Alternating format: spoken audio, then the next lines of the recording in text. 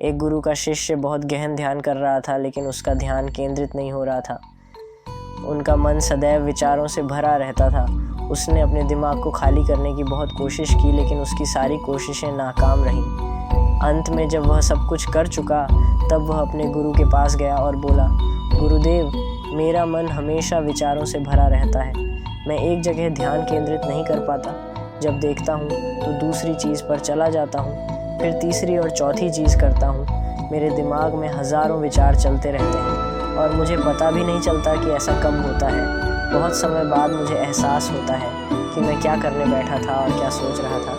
हे गुरुदेव, मैं अपने दिमाग को विचारों से खाली करना चाहता हूँ। मैं चाहता हूँ कि मेरे मन में एक भी विचार न रहे। जब चाहूँ तभी विचार उठना चाहिए।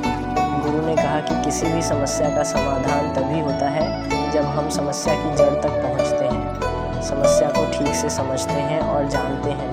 क्या आपने उस मन को भी जाना है जिसे आप खाली करना चाहते हैं? गुरु ने कहा, जाओ और छोटे छोटे पत्थरों से भरा एक घड़ा ले आओ। तब शिष्य छोटे छोटे पत्थरों से भरा एक घड़ा ले आया और गुरु के पास रख दिया। गुरु ने कहा, इस घड़े को अपना मन समझो और इस घड़े में पत्थर भरे हुए हैं। अब इस घड़े में और पत्थर डालो। शिष्य घड़े में पत्थर डालने लगा। घड़ा पहले से ही भरा हुआ था। 12वां पत्थर रखते ही बाकी सभी पत्थर नीचे गिरने लगे। तब गुरु ने कहा, रुको और ध्यान से देखो। अब घड़े में कोई पत्थर तो नहीं आ रहे हैं, बल्कि वह नीचे गिर रही है, क्योंकि यह भर गया है। इसमें जो भी आ सकता था वह आ गया। अब और पत्थर नहीं आएंगे। यदि आप दूसरा पत्थर लगाना चाहते हैं तो पहले पत्थरों को बाहर निकालना होगा। शिष्य ने तुरंत कहा, गुरुदेव, मैं समझ गया कि आप क्या कहना चाहते हैं कि हमें अपने दिमाग को विचारों से खाली कर लेना चाहिए। गुरु मुस्कुराए और गुरु ने कहा, पहले पूरी बात समझो और फिर दिमाग को खाली करो।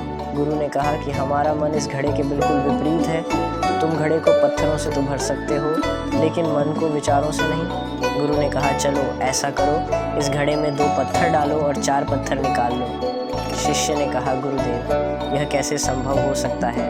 ये कोई चमत्कारी बर्तन नहीं है कि 1 डालो तो 2 निकालो, 2 डालो तो 4।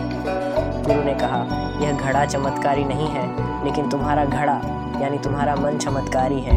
यदि आप इसमें एक विचार निकालेंगे तो इसके पीछे 2 विचार होंगे। जब आप उन 2 विचारों को पकड़ते हैं तो उनके पीछे 4 विचार उभर आते हैं और वह खाली नहीं रहता। ये मन का भ्रम है कि सब कुछ है, लेकिन कुछ भी नहीं है। शिष्य ने कहा, गुरुदेव, आप जो कह रहे हैं वह मैं समझ गया, लेकिन क्या मैं हमेशा अपने विचारों के जाल में फंसा रहूँगा? क्या मन के भ्रम से बाहर निकलने का कोई रास्ता है? बिल्कुल नहीं। और जब आप उन 4 विचारों को पकड़ते हैं तो उनके पीछे 16 विचार उभरते हैं, और ऐसा करने से विचारों की एक लंबी श्रृंखला बन जाती है और आप कहीं नहीं रुकते। एक के बाद दूसरे विचार को पकड़ते चले जाते हैं। यह मिट्टी का घड़ा पत्थरों के घड़े के समान है, भरा रहेगा, लेकिन आपका मन कभी नहीं। हम विचारों का उपयोग करते हैं कि वे हमें शांत करते हैं, और वे आपके उन्हीं विचारों से जुड़े होते हैं जिन्हें आप छोड़ना चाहते हैं। इसलिए ये विचार इतनी शक्तिशाली हैं। जब आप सोचना ही नहीं चाहते तो आप शांत रह सकते हैं। यह तभी संभव है जब आप शांत रहने की कोशिश करना बंद कर दें और अपनी समस्या को हल करने पर ध्यान दें। ध्यान केंद्रित करें और समझें कि चिंता करने से नहीं, बल्कि सोचने से समाधान मिलता है। गुरु ने कहा, इस मिट्टी के बर्तन को पत्थरों से आधा भर दो। शिष्य ने वैसा ही किया। फिर गुरु ने कहा, अब इन पत्थरों में से एक पत्थर चुन लो और उस पत्थर की एक छोटी सी मूर्ति बनाकर मुझे दे दो। मैं जानता हूँ कि तुम एक अच्छे कलाकार हो। जब शिष्य ने 11वां पत्थर निकाला और उस पत्थर को तराशना शुरू किया तो उसे एहसास हुआ कि यह पत्थर अच्छा नहीं है। तो उसने घड़े से दूसरा पत्थर निकाला। उसे वह पत्थर भी पसंद नहीं आया। फिर उसने तीसरा पत्थर निकाला। उसका रंग उसे पसंद नहीं आया। फिर उसने चौथा पत्थर निकाला, लेकिन उसे इस पत्थर में एक दोष निकला। इस प्रकार उसने लगभग सभी